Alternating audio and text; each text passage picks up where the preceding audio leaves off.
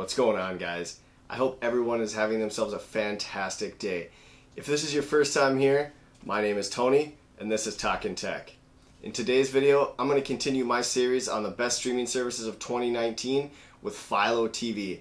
Philo TV is something that I wasn't real familiar with. I had a bunch of people mention it in the comments of some of my other videos, so I decided to take a look at it, and make a video. If you're unfamiliar, Philo TV is a streaming TV service that focuses mostly on entertainment and lifestyle channels. You know, channels such as Discovery, AMC, A&E, things of that nature. What that means for you is ultimately you don't get any sports or local channels included with the package. So if you've seen some of my previous videos on streaming services, generally what I do is I'll cover the features, I'll go over the packages, and then I'll show you the interface. And tonight it will be on my Apple TV. So the first thing I want to cover are some of the features and what you get with Philo TV. So the first thing to cover are the amount of packages. So there are 2 packages available with Philo TV. Now I will cover those in depth in just a bit, so I won't cover them too much here. It does include 3 concurrent streams, an unlimited DVR for up to 30 days, and then it does include TV Everywhere. The first package, as you'll see, has 44 channels. The second package has 55 channels. Something new that they just announced at CES 2019 was a co-watch feature. Now, some of you might be familiar. I know YouTube did it at one point, but basically what that allows you to do is sync up your viewing session with somebody else remotely. So let's say you want to watch a show with a friend, significant other, something of that nature. You would be able to sync up your viewing time so you wouldn't get a spoiler before somebody else. It isn't finished yet, but it sounds like it is in the final stages, so look forward to that coming here in the coming months. As for the devices it's available on, it originally started with just Roku TV, but they've recently added Fire TV as well as Apple TV within the last 6 months or so. Now it does also have apps for iOS. It doesn't have an app for the iPad, so I guess it's just a scaled version for the iPad. It does work on Android TV, and you can view it on your Chrome browser with an Android phone as well. Now that you know a little bit more about Philo TV, we can jump into the meat of the review. First, I'll start by showing you the packages and the channels available, and then I'll go and show you the interface on the Apple TV. At the end, I'll come back and give you my opinion and my recommendation. Let's go. All right. Here is the main page for Philo. As you can see, you do get a 7-day free trial with just your mobile number. You can subscribe with your email address, but I believe you get a longer trial with your phone number. And it's actually how you log into other devices, so I think it's important that you set it up this way. All right, so as I said before, there are 2 packages available, one with 45 channels, and I think I misspoke. I said 55 channels, but it is 57 channels. So the first package is $16 a month, and like I said, it includes 44 channels. As you can see, it has A&E, AMC, Discovery Channel, Travel Channel, TLC, things like that. Now, one thing I want to point out, Philo does not have an agreement with Turner channels. So as you notice, they are missing TNT, TBS, CNN. Those can be some pretty big, important channels for some people. Now, it's something I didn't notice until somebody else pointed it out to me. So I don't know that I would necessarily miss it, but it is something to take into consideration when considering Philo. As we look at the secondary package for $20 a month, it includes some other channels, and quite frankly, I don't spend a lot of time watching these. Now, it's Cooking Channel, Destination America, Discovery Channel, things like that. So it's not the greatest, most important channels, I think, on a lineup. One of the other things that I want to point out, as I pointed out before, it does have the available devices right here: Apple TV, Amazon Fire TV, Roku, the web, iOS, and Android Chrome. So you can see it on Android TV as well. The last thing to point out with Philo and the features, they do offer a pretty extensive catalog for TV Everywhere. Now, if you aren't quite familiar with what TV Everywhere is, it basically allows you to log into actual channels apps. You know, for example, I want to watch Gold Rush on demand, and I want to log into the Discovery Channel app on my Apple TV. As we go here and look, and it is available for Apple TV. So what that means is I can watch it out of market. I can use it without using a stream from Philo.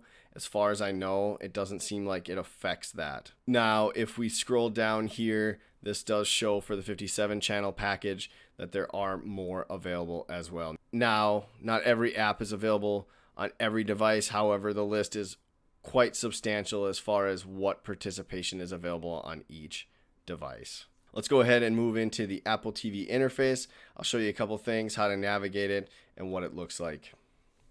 When we load up into the Philo app, you can see at the top here it offers home, guide, top, saved, search, and then a settings tab as well. I'll go over each of those real quickly, but let's start here at the home section. So the home section, it does give you a keep watching section.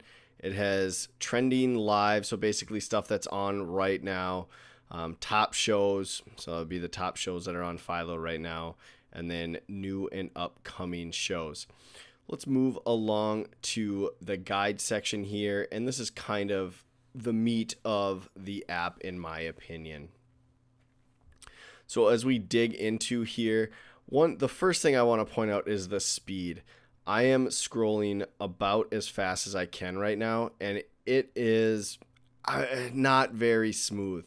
Now, one of the benefits to Apple TV, which is what this is on, is that it is powerful and it is really, really smooth.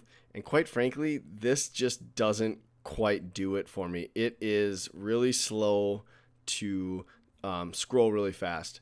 It kind of lags. I think it's because it has to load the preview screen, and I guess that's okay. However, it does take a while to get to where you want to go. So as we're browsed down here to a channel, let's say I want to go back up to the top here and select and go to home, for example.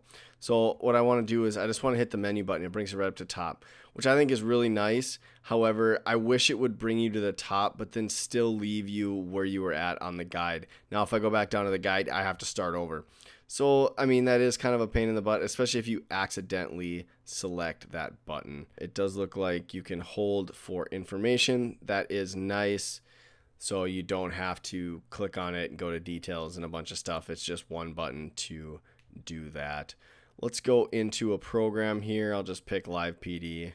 I'll try to pause it real quick. As you can see, you can hit the left side to start over. You can hit the right side to jump to live.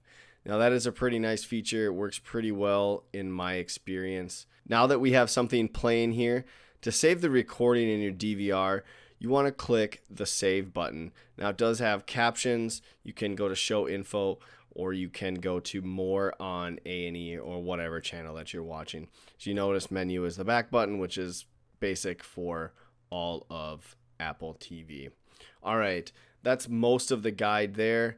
Now let's go back to the top section here.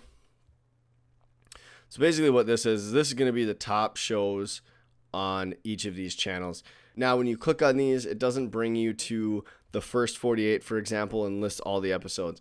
It automatically plays the last aired episode.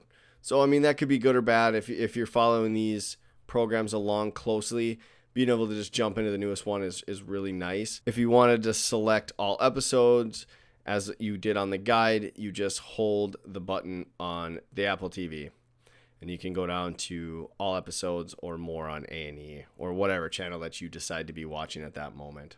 All right, that's really all there is for top here. Let's go to save. So this would be your DVR, and I don't know if it's necessarily a DVR. It almost seems more or less like you just add it to your on-demand collection and it's just easy to reference it. That's kind of what it seems like to me. And then after 30 days, it's just no longer available in your saved section, which is fair. We'll go into the search function here. And this is standard Apple TV search, which quite frankly, I think is the best voice search that there is on any of the devices that I've used. So it works great. That's really all there is to say about it. And quite frankly, that's really all there is in the interface overall. I mean, it's pretty simple. There's not a whole lot of options. It's pretty straightforward. All right, that's all I had on the interface. I'll give you a rundown and we'll close out the video. To recap, Philo TV has 2 available packages, one with 44 channels for $16 a month, the other one with 57 channels for $20 a month. They both offer 3 concurrent streams as well as an unlimited DVR for up to 30 days. It does have a wide range of availability on different devices. Now, as I mentioned previously, this is only based on having lifestyle and entertainment channels, so it does not include sports or any other premium channels. Now, I don't quite think that this is going to be a standalone streaming service for most people. Now, if you just like the basic cable packages, I think it's a great deal at $16 a month. I don't really see a lot of value in the other package, even though it's only $4 a month. However, I do see some value with Philo when you include it with some kind of service like YouTube TV.